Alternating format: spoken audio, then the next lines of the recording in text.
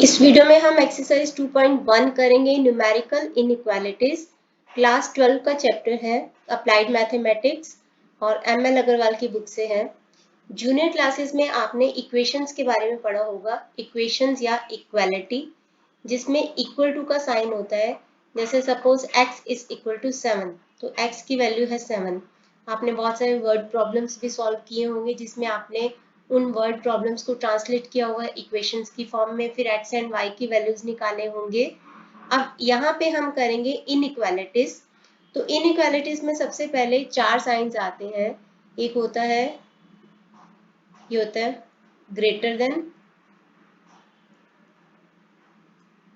Less than, इसको हम crocodile mouth भी बोलते थे। जैसे कि सपोज x ग्रेटर देन 5 है, तो जिसकी तरफ क्रोकोडाइल का माउथ है वो बड़ा है, तो क्योंकि क्रोकोडाइल है वो बड़ी चीज को खाएगा, तो x इज ग्रेटर देन 5। तो इस तरीके से पढ़ते थे। तो ये है ग्रेटर देन का साइन, ये है लेस देन का साइन, ये है ग्रेटर देन और इक्वल टू। जैसे अगर मैं सपोज यहाँ पे ये वाला साइन लगा दूं, तो इसका मतलब है कि x can be greater than 5 और x can be equal to 5। इसी तरीके से ये होता है लेस देन और इक्वल टू। तो ये चार साइंस होते हैं, इन्हीं को हम यूज करने वाले हैं इस चैप्टर के अंदर। तो ये होती हैं स्ट्रिक्ट इनइक्वालिटीज, यानी कि जिसमें इक्वल टू का साइन नहीं होता, इनको बोलते हैं हम स्ट्रिक्ट इनइक्वालिटीज। और ये होती हैं स्लैक इनइक्वालिटीज।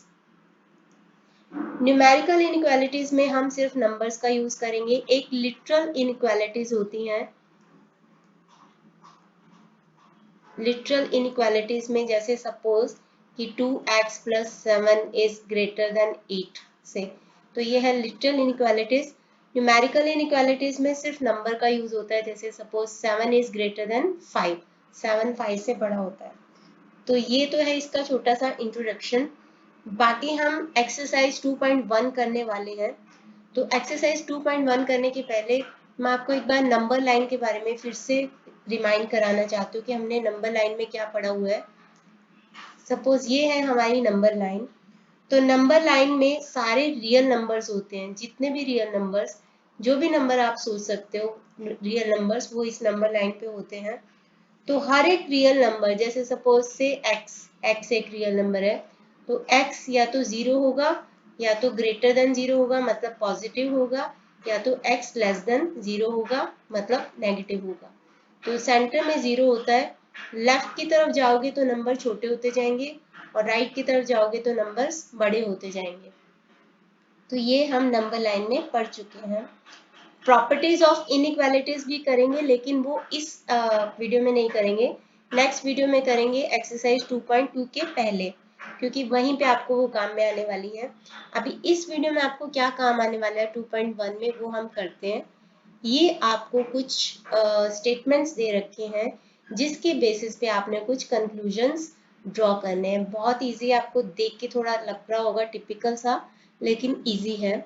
आपको जस्ट एक चीज का ध्यान रखना है, जैसे मैं फर्स्ट वाली कर रही हूँ अभी।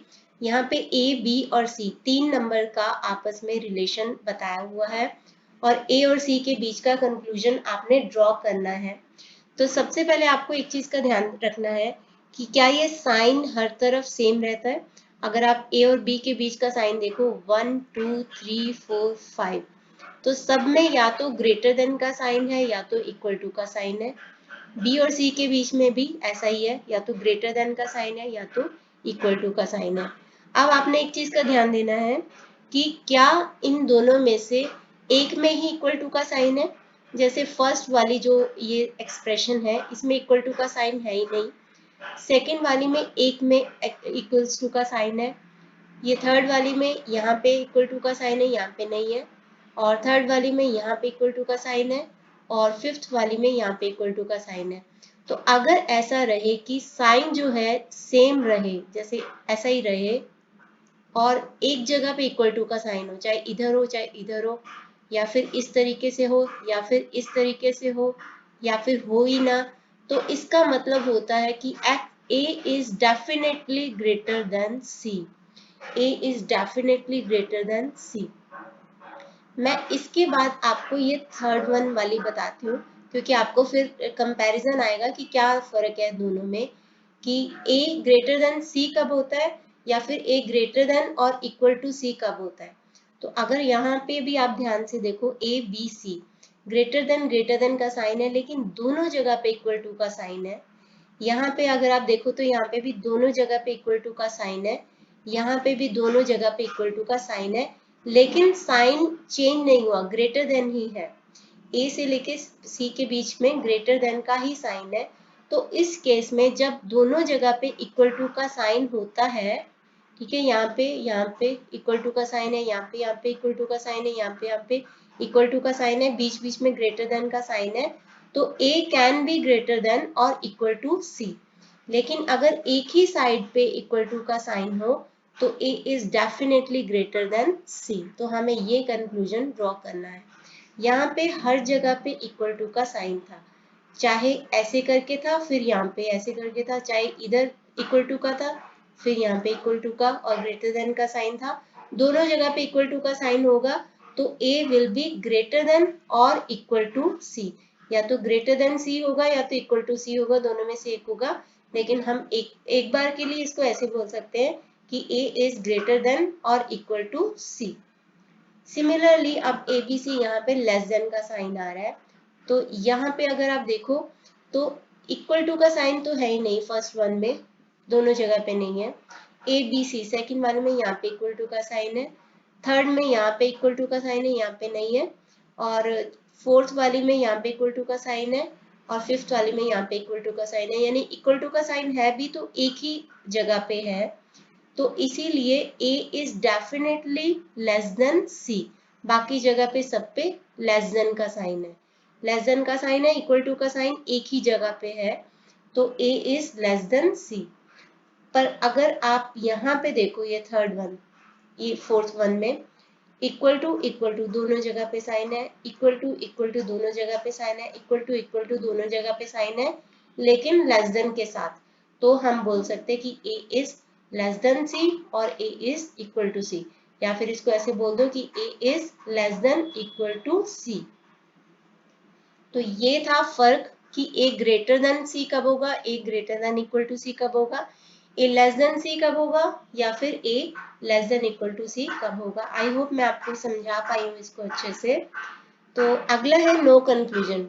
नो कंक्लूजन कब होता है, जब दोनों साइन कॉन्ट्राडिक्ट करें। जैसे यहाँ पे A B और C है, तो A B और C है, यहाँ पे है लेस देन का साइन, यहाँ पे ग्रेटर देन का साइन, तो हम A और C के बीच में कोई रिलेशनशिप ड्रॉ कर ही नहीं सकते।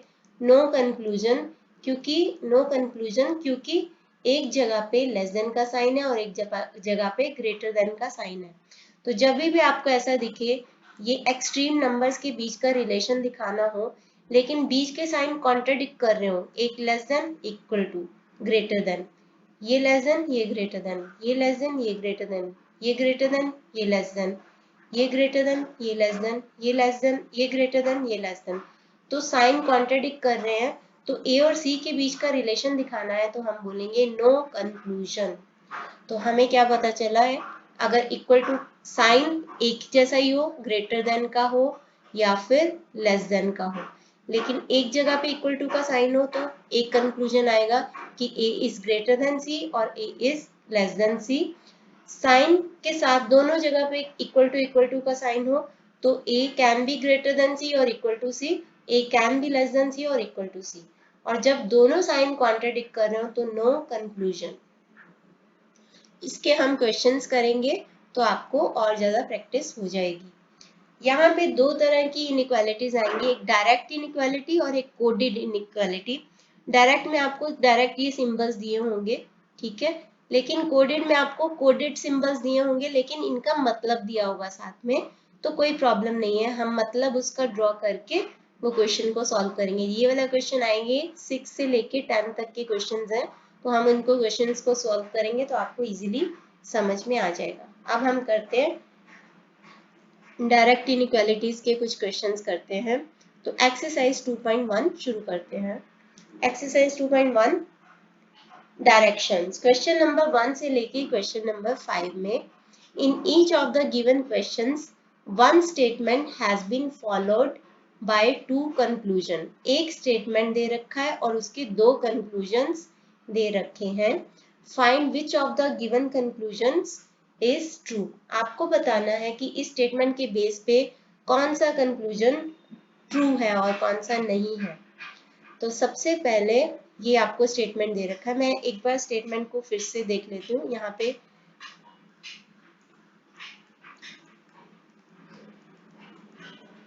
ये है आपकी स्टेटमेंट। तो यहाँ पे आपको फर्स्ट कंक्लूजन दिया हुआ है सी एक्स। जब भी आपको कंक्लूजन में किन्हीं दो वेरिएबल्स के बारे में पूछा हुआ है तो आपको उन दोनों को देखना है, पहले उन दोनों के बीच का रिलेशंस देखना है। यहाँ पे सी और एक्स के बीच में लिखा हुआ है। सी यहाँ पे है, एक्स यहाँ पे है ही नहीं, एक्स तो है ही नहीं, x is not mentioned here. तो हम कैसे कोई कंक्लूजन ड्रॉ कर सकते हैं? तो हम बोलेंगे कि नॉट ट्रू।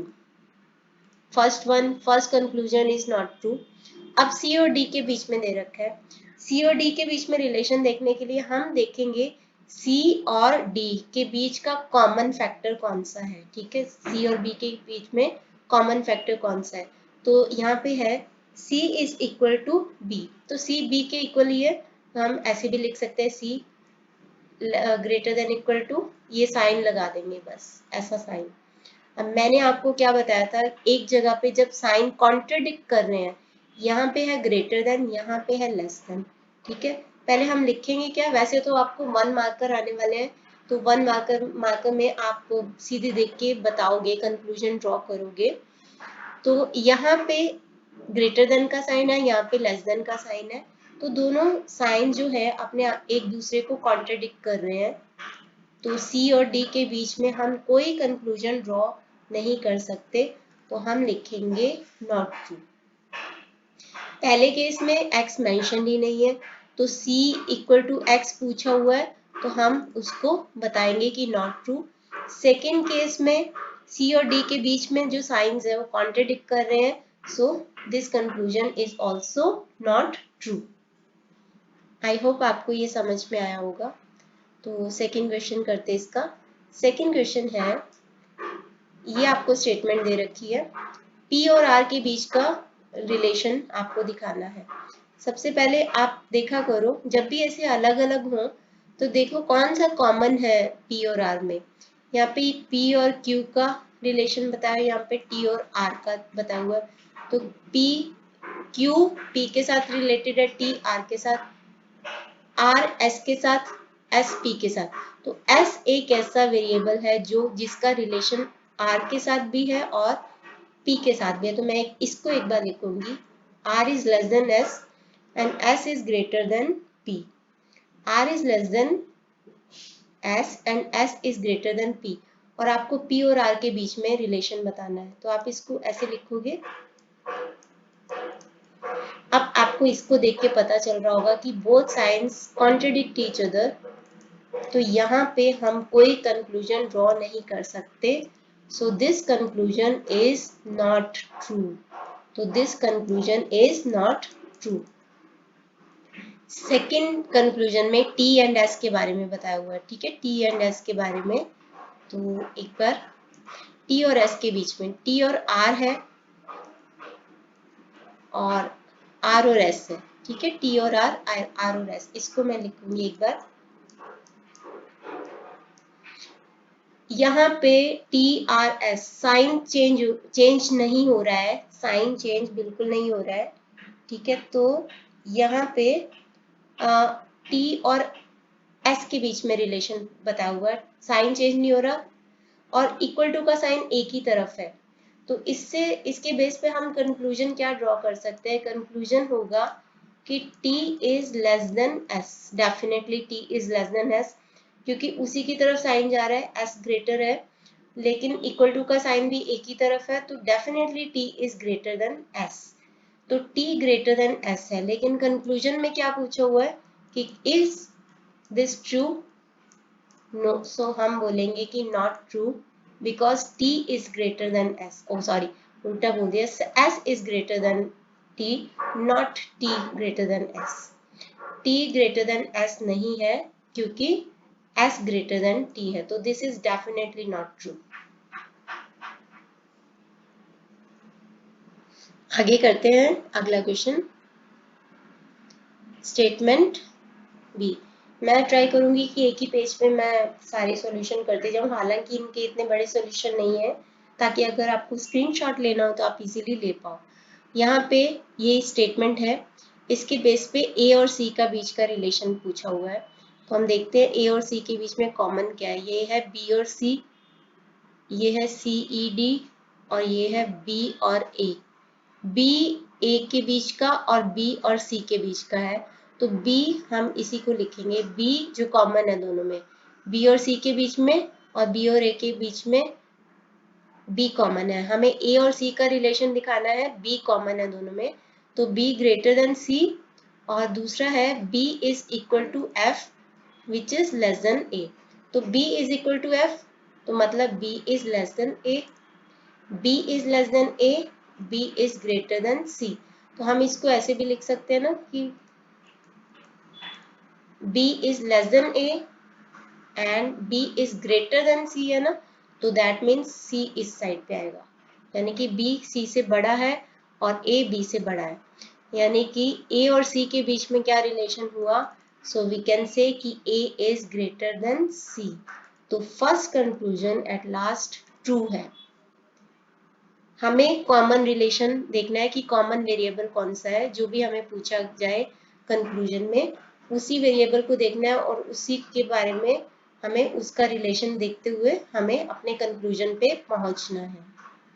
यहाँ पे है ई एंड ए का, तो हम इसको एक बार इरेज करते हैं, ई और ए का। तो यहाँ पे देख लो, ये है सी ई डी और ये है सी ई डी और ये है बी एफ एंड ए। तो ई का रिलेशन बताया हुआ है सी और डी के साथ और बी का रिलेशन बताया हुआ है ए के साथ। तो फोकस करते हैं हम ई और ए के बीच में।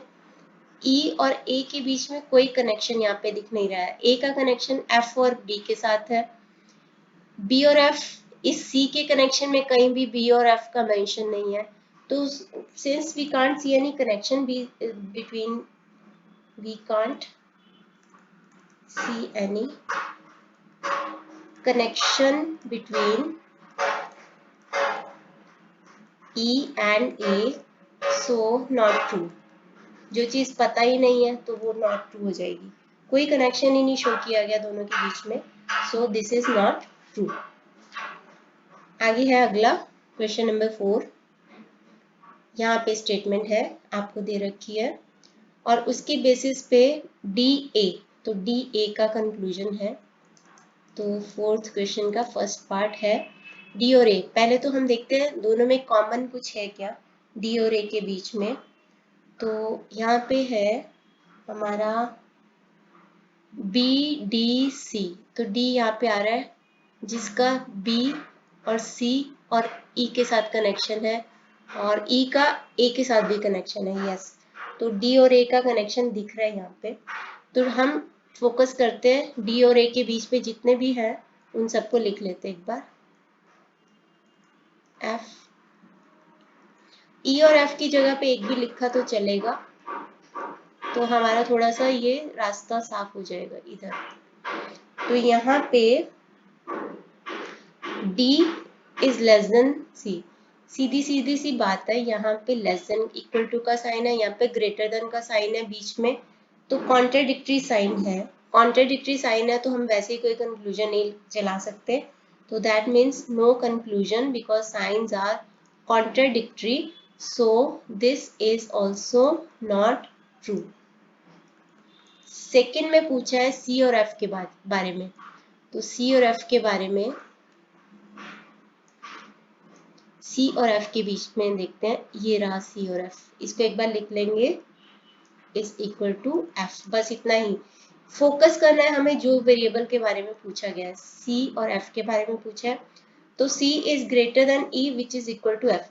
एक जगह पे ही इक्वल टू का साइन है तो हम बोल सकते हैं कि C is definitely greater than F, C is definitely greater than F, क्योंकि यहाँ पे इक्वल टू का साइन नहीं है, यहाँ पे इक्वल टू का साइन है, एक की तरफ साइन जा रहा है, तो C is greater than F, so this is true.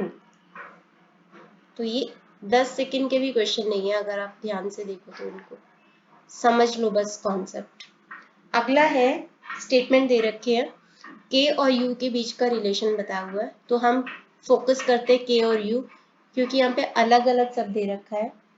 तो K और U, K का H और G के साथ है, G का N के साथ है, N is equal to U। तो हम बोल सकते हैं कि क्योंकि G is less than equal to N, but G is less than equal to U, क्योंकि N is equal to U। तो यहाँ पे G और U का रिलेशन हो गया। यहाँ पे हम लिख लेते हैं K और G का रिलेशनशिप, क्योंकि हमें चाहिए K और U का, और कॉमन अगर मिल जाए कुछ तो हमें पता चल जाएगा।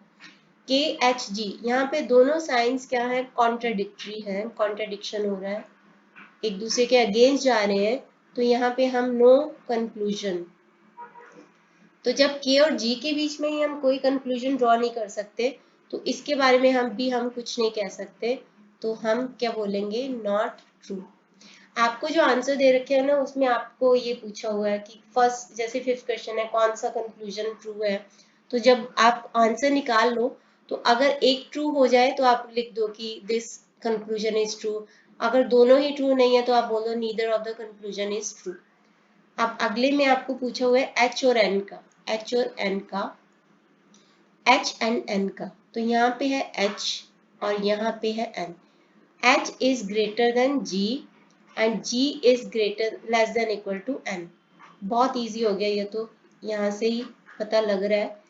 साइन जो है उल्टे पुल्टे चल रहे हैं, यहाँ पे ग्रेटर देन है, यहाँ पे लेस देन है, तो इसके बेसिस पे हम कोई कंक्लूजन ड्रॉ नहीं कर सकते। So this is also not true. अगला है क्वेश्चन नंबर 6 से लेके क्वेश्चन नंबर 10 तक, आपको कुछ साइंस दे रखे हैं, कोडेड सिंबल्स दे रखे हैं, लेकिन आपको इन सिंबल्स का मतलब भी बता रखा है। तो क्योंकि मतलब बता रखा है तो हम इजीली इनको कर सकते हैं, क्योंकि हम कोडेड सिंबल की बजाय उनके ये डायरेक्ट सिंबल के अर्थ लिख सकते हैं, मीनिंग्स लिख सकते हैं। तो सबसे पहले काम हम वही करेंगे। क्वेश्चन नंबर 6 में हम लिख लेते हैं A B P D Q। हम पहले A B P D and Q इनको लिख लेते हैं। तो A और B के बीच में डॉलर साइन है, डॉलर साइन का मतलब होता है इक्वल टू, तो यहाँ पे इक्वल टू, और हैश B और P के बीच में हैश है, उसका मतलब है यहाँ पे हैश का मतलब है यहाँ पे लेस देन इक्वल टू, और यहाँ पे परसेंटेज का साइन है, परसेंटेज के साइन का मतलब है ग्रेटर देन इक्वल टू, और D और Q के बीच में डॉलर साइन है, डॉलर साइन का मतलब है इक्वल टू। तो ये है हमारा statement.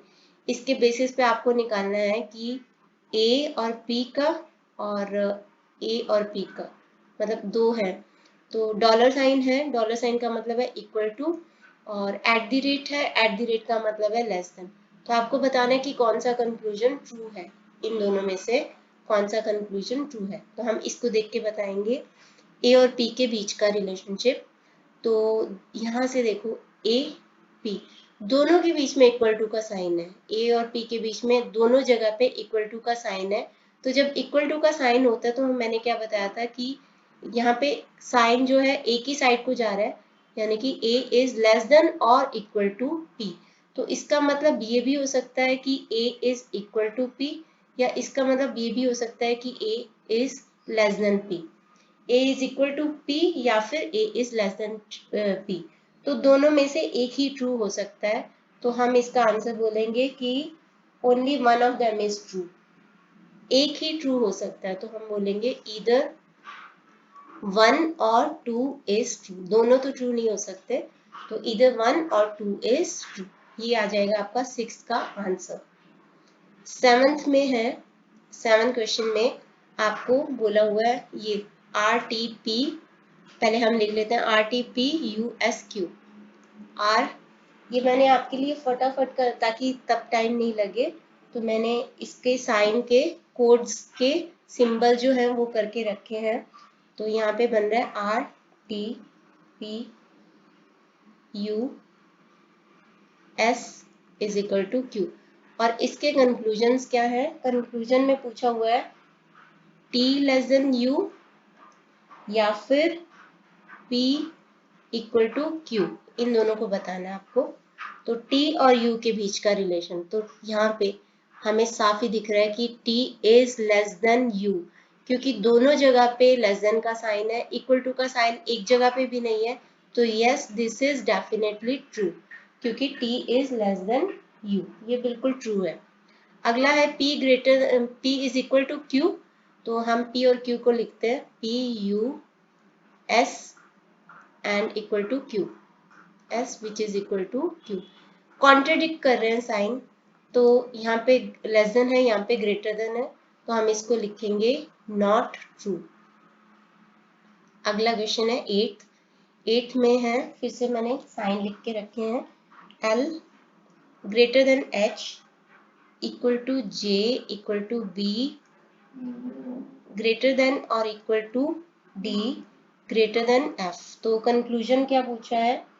H equal to F ये पूछा है, और दूसरा पूछा है L ग्रेटर देन D ये पूछा है। तो यहाँ पे H और F के बीच का relation H J B D F, यहाँ पे ये रिलेशन दिख रहा है। तो यहाँ पे H और F के बीच का रिलेशन, साइन एक ही साइड पे जा रहा है, ग्रेटर देन साइन जा रहा है H की तरफ, लेकिन हर जगह पे इक्वल टू का साइन यहाँ पे नहीं है, एक जगह पे इक्वल टू का साइन नहीं है, यानी कि H is definitely greater than F। H is greater than F क्योंकि यहाँ पे D और F के बीच में इक्वल टू का साइन नहीं है। अगर यहाँ पे भी इक्वल टू का साइन होता तो हम बोलते कि H is greater than F और इक्वल टू F, बट क्योंकि यहाँ पे साइन नहीं है, यहाँ पे D और F के बीच में, तो हम बोलेंगे H is greater than F, so this is not true. अगला है L greater than D। L greater than D के बीच में देखो आप कि L और D के बीच में सारे साइन ग्रेटर देन इधर को जा रहे हैं, L और D के बीच में, और इक्वल टू का साइन यहाँ पे नहीं है L और H के बीच में, तो डेफिनेटली L जो है वो D से ग्रेटर है। देखो ये H J B ये तो सेम ही है, तो हम इसकी जगह पे सीधा B लिख देते हैं, क्योंकि H और J B के इक्वल है, और यहाँ पे आ रहा है D। तो देखो अगर तो L D से ग्रेटर है, यहाँ पे इक्वल टू का साइन होता अगर L और B के बीच में, तो हम बोलते कि L इज ग्रेटर देन और इक्वल टू D, बट क्योंकि यहाँ पे इक्वल टू का साइन नहीं है, तो हम बोलेंगे कि L is definitely greater than D, तो दिस इज ट्रू। अगला है 9th, इसको भी हम लिख लेते हैं ABC, A less than B equal to C greater than D less than equal to E greater than equal to F। तो इसके बेसिस पे पूछा हुआ है कि is A greater than equal to F, और दूसरा पूछा हुआ है C लेस देन E, इन दोनों के बारे में। अभी A और F के बीच में, A और F के बीच में अगर आप देखो कोई साइन लेस देन है, कोई ग्रेटर है, कोई लेस देन है, कोई ग्रेटर है, तो कोई कंक्लूजन नहीं है, तो that means this is not true.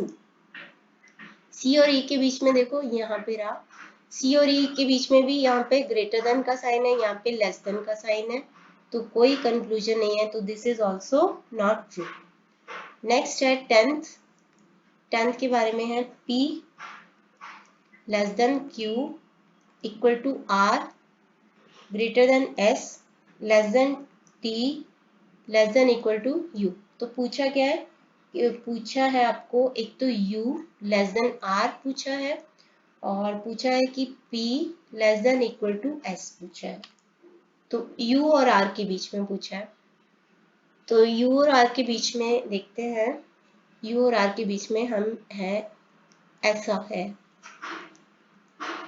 तो कहीं ग्रेटर देन का कहीं लेस देन का साइन है, तो हम वैसे भी कोई कंक्लूजन नहीं ड्रॉ कर सकते, तो नॉट ट्रू। U और R के बीच में जब भी कॉन्ट्राडिक्टरी से साइन हो तो नॉट ट्रू। दूसरा पूछा है P और S के बीच में, तो P और S के बीच में यहाँ पे भी P Q आर एस, एक लेस देन का साइन है, ग्रेटर देन का साइन है, तो यहाँ पे भी नॉट ट्रू। आई होप आपको ये एक्सरसाइज समझ में आई होगी। हालांकि इतनी सिंपल भी नहीं है, उतनी टफ भी नहीं है, लेकिन हमें कॉन्सेप्ट बस अच्छे से पता हो तो अच्छे से समझ में आ जाएगी। इसका 1 मार्कर आपको आ सकता है पेपर में। तो इस वीडियो के लिए इतना ही। नेक्स्ट वीडियो में हम करेंगे एक्सरसाइज 2.2 और उसके पहले प्रॉपर्टीज ऑफ न्यूमेरिकल इनइक्वालिटीज भी करेंगे। तो थैंक्स फॉर वॉचिंग।